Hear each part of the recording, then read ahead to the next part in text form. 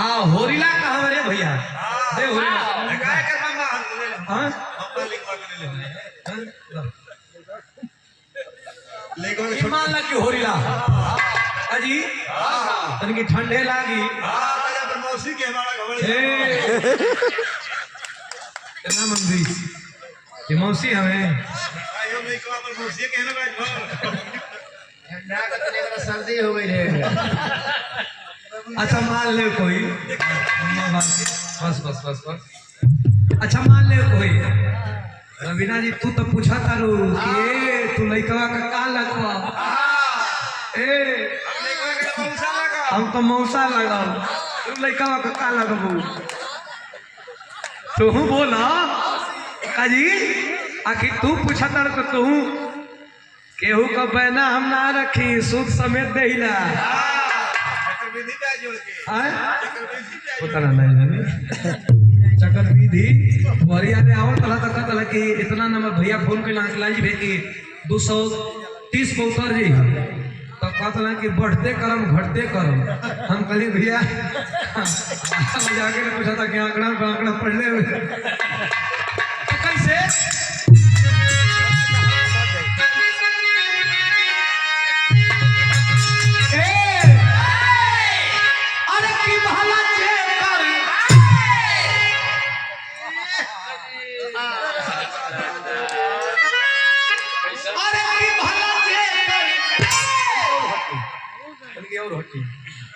अरे भला पीराय उहे जाने अरे दूसर कौन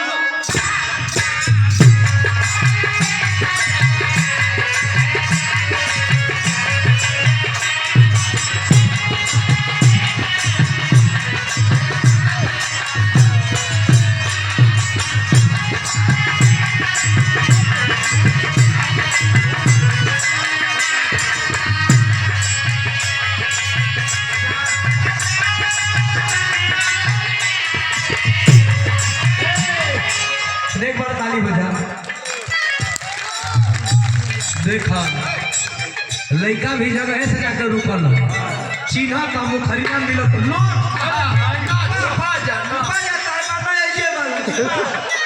पुरस्कार हमारे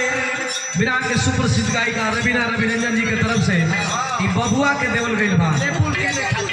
नेपुल की ना डायपर की ना कुछाऊ की ना चाहे हॉर्लिक्स की ना कुछाऊ की ना लड़का के आशीर्वाद रूपी मिलल धन्यवाद बा अच्छा ना पी तो मत विनोद यादव ए लड़का के मिलल बा ये मान नहीं कि होरिला हमरे गोदिया में बाड़े ए हो भला के ओ भला के पीराए उहे जाने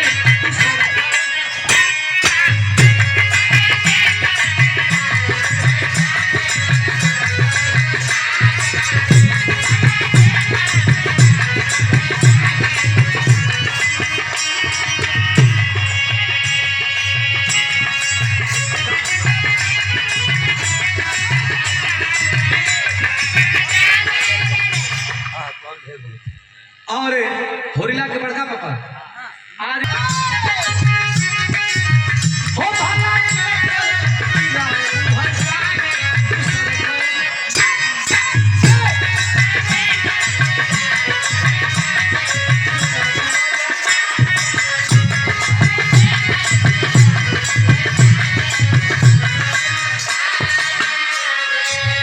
सासु न जाने ननदियों न जाने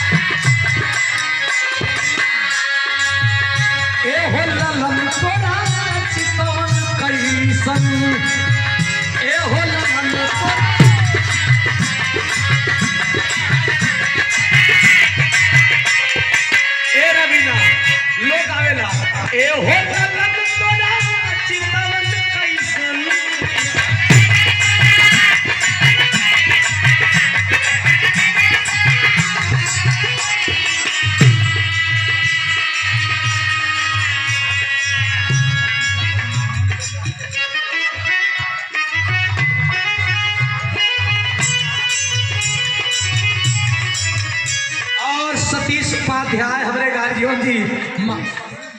शशि उपाध्याय जी ए आशीर्वाद चितवन कैसन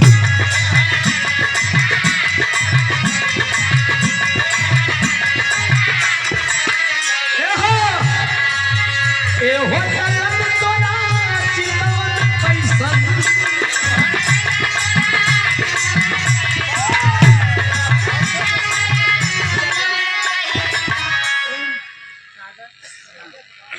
आदरणीय प्रेम सागर प्रधान जी ये पुरस्कार गयासपुर की धरती से ये आपके द्वारा आशीर्वाद है बा ए हो तोरा चितवन कैसन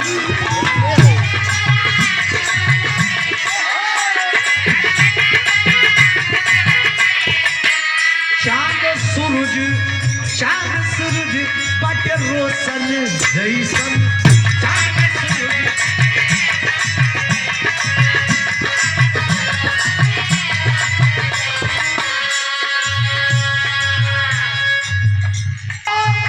होरिया के बाबा हमें बड़ी सनकार हो बड़ी सनकार हो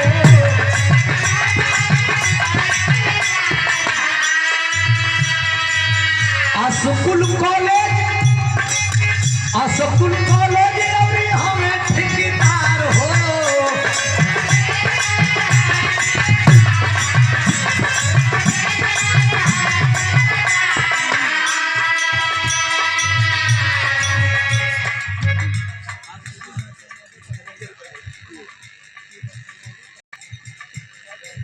पटखौली शिववर्षण यादव आप हौरीला के आशीर्वाद दिले बने क्या बात है पुरस्कार 500 रुपया और हमारे सीमा निषाद जी सचिन यादव आपका द्वारा पुरस्कार आया है कोट कोट प्रणाम धन्यवाद है ए हो हौरीला के दाता हमें बड़ी सनकार हो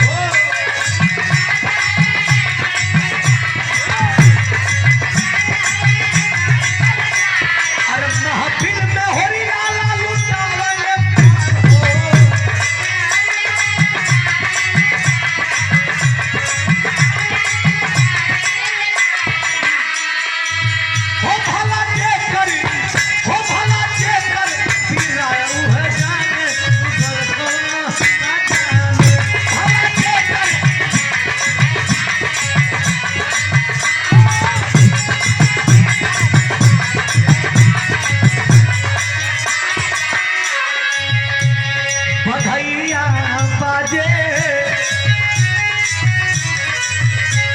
बधैया बाजे राम ने दुआरे बधैया बाजे राम ने दुआरे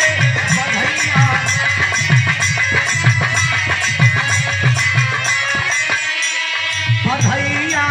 बाजे लाल जी दुआरे बधैया बाजे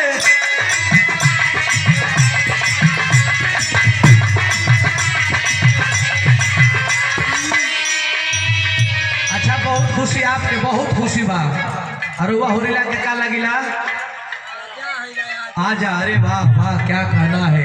देखिए कितना खुशी बा दिल से धन्यवाद बा भगवान एकदम होरिला के खुश रखे जो ना परिवार में बड़ बुजुर्ग खुश रहेगा वो परिवार का बड़ा महत्व रहेगा क्या कहना हुआ आपको मन्नू यादव होरिला के आजा क्या बात है होरिला के राजा रुपया लुटावे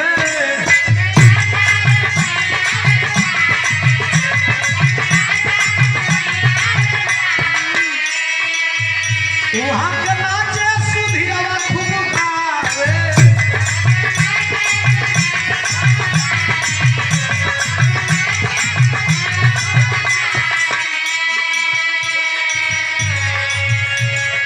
होरिला के सम्मान में जेपी यादव मास्टर साहब जी आपके द्वारा हाँ जेपी यादव मास्टर साहब जी पुरस्कार में इतना दान देले बनी जा इस साल का इतना दान हुआ समय दे दिल बनी जा कि एक बार अभी परिवार से फोन जाई केहू से फोन लोग कह दे कि हम परिवार से बोला था नहीं तो सुधीर लाल चाहे रवीना पैसा का मांग ना करिए। अब एक फोन आप लोग का जाई, एक फोन पे हमनी का आवल जाई आप लोग का सेवा करे खातिर, चूंकि इ परिवार का बड़ा सम्मान मिलन, बड़ी दुलार मिलन, बड़ा स्नेह मिलन। हे भाई हमनी के 200 किलोमीटर दूर से आई बनी जा, लेकिन लागत आ कि हमार बाबू बैठल बना, हमार भैया बैठल बना, हमार माई चाची बैठ के सुन के आशीर्वाद देता जा। का हो अरे बधैया बाजे लाल जी दुआरे बधैया